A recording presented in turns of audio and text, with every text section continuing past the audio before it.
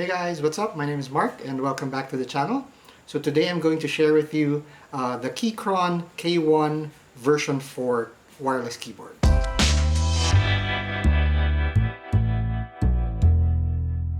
So if you've been following my channel, you know that I've been looking for a mechanical keyboard that's wireless and low profile. The RGB is probably a bonus since I already have my screen bar. But I think I finally found the perfect keyboard for me, almost perfect keyboard. It's called the Keychron K1 version 4. So it's available online. It's the Keychron K1 version 4. This one is 4,790 in their official Keychron store. So out of the box you have your USB charging cable. It's USB-A to USB-C. The keyboard itself uses the USB side, and then your keycap puller. It's really nice that it has a free keycap puller, and then a few keys, a few extra keycaps to make it Windows configuration or Mac configuration. By default, I believe the one attached is the Mac keys because I had to replace it with the Windows logo instead of the command, and I think the control instead of the option key, or option instead of the Windows key. I don't really use Mac keyboards, but it does give you the option to use it with your Windows laptop or with your Mac laptop or MacBook. So that's a pretty nice option. It has a switch that changes that layout for you, and then there is also a switch that's meant for turning on the Bluetooth and then turning off the entire keyboard and using it as a wired keyboard. This is a wireless keyboard. This is a Bluetooth. It uses Bluetooth 5.1, and it can connect up to 3 devices. So you just need to switch. If you've seen the other Bluetooth keyboards, it usually allows you to connect up to 4. This one allows you to connect up to 3. So it has 2 layouts. This Keychron K1 version 4 has 2 layouts. The 91 keys, which doesn't have the numpad. And then what I have is the 108 keys with the numpad, since I really like the numpad with my shortcuts and my numbers whenever I do work. It has RGB backlighting, and it has 3 switch options. You can get it with the red switches, the blue switches, and the new one, which is the brown switch. I bought the brown switch. It's cross between gaming and the typing. It's ultra slim.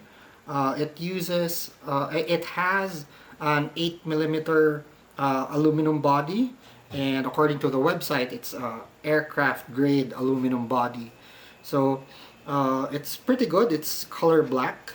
There are screws in the body, in the keyboard itself, that you might see in between a few keys, but it doesn't really bother me since it's color black, and you'll only notice it probably if you really look closely.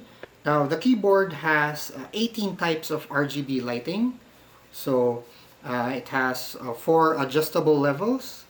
And it's pretty good. The light is really nice, and the wave, the animations, and the RGB lighting itself isn't at the bottom. It's more on the top side of the letters, so it won't be really flashing in your eyes, and that's really good. And the keycaps itself, you will be able to see the light in the letters, so you'll have clear view of your keycaps. All the keycaps are color gray and dark gray, although they're From what I know, there's no custom keycaps yet, but they just released uh, replacement keycaps. It's the same color, so you probably need to wait since it's a very low profile keycap. So it's unique to the K1. But it does have your escape button. Does have color orange, and it also has that gray uh, escape button if you don't like having the orange one. Uh, and the color lighting, the color button for the keyboard also has that gray option and that orange option. And it has a battery of 2000 mAh. It According to the website, if you use the RGB lighting, it lasts you around 38 hours. And if you use it without the lighting, it allows you usage of around 110 hours. So I've been using it for a couple of weeks already, and I really like it. It takes about a week with heavy use and 2 weeks with normal use. Again, I use it for my office as well as gaming at night. So let's say that's 8 hours per day, and that's 40 hours a week, and I still have I can still play some games during the night and during the weekend before I actually charge it. So it's pretty long. I think the average I could say is 2 weeks without charging it. But it helps me since my laptop has a USB power off charging. I usually just plug it in and leave it at night during the weekend so that I have a full gaming weekend without need to charge. But the battery is pretty impressive. And the nice thing about the battery is that it has an indicator that it will light up red if it needs charging.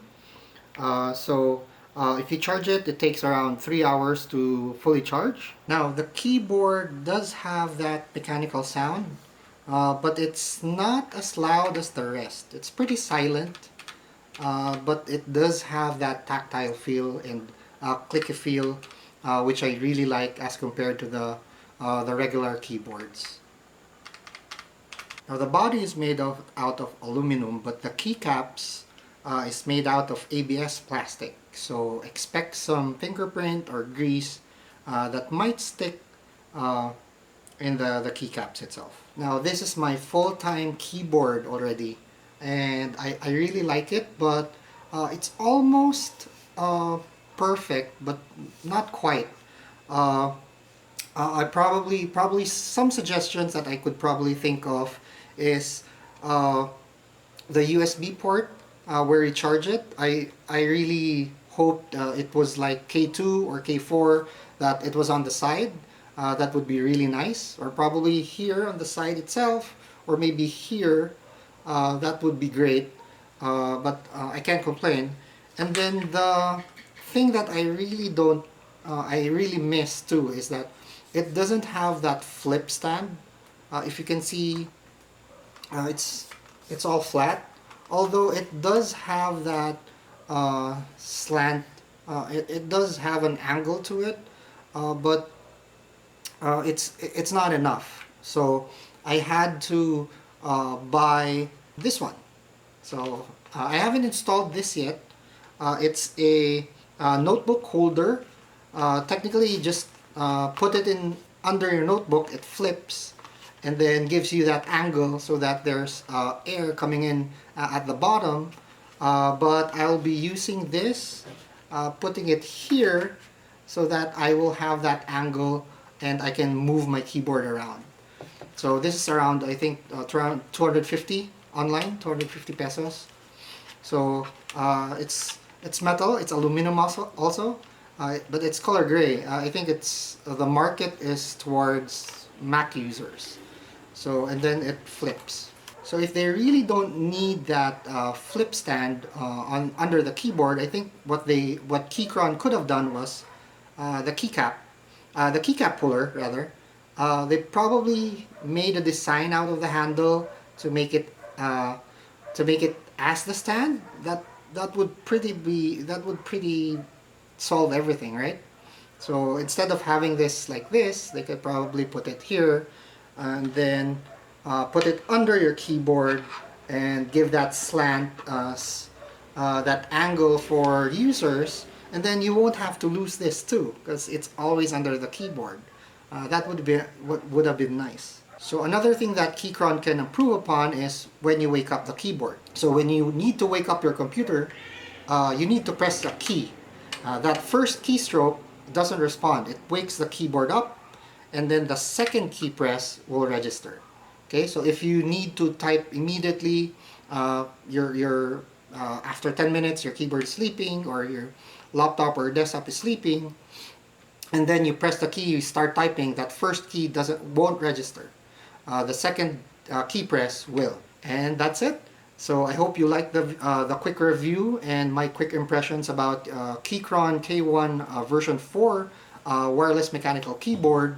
If you have questions about it, feel free to put your comments below, and don't forget to like and subscribe.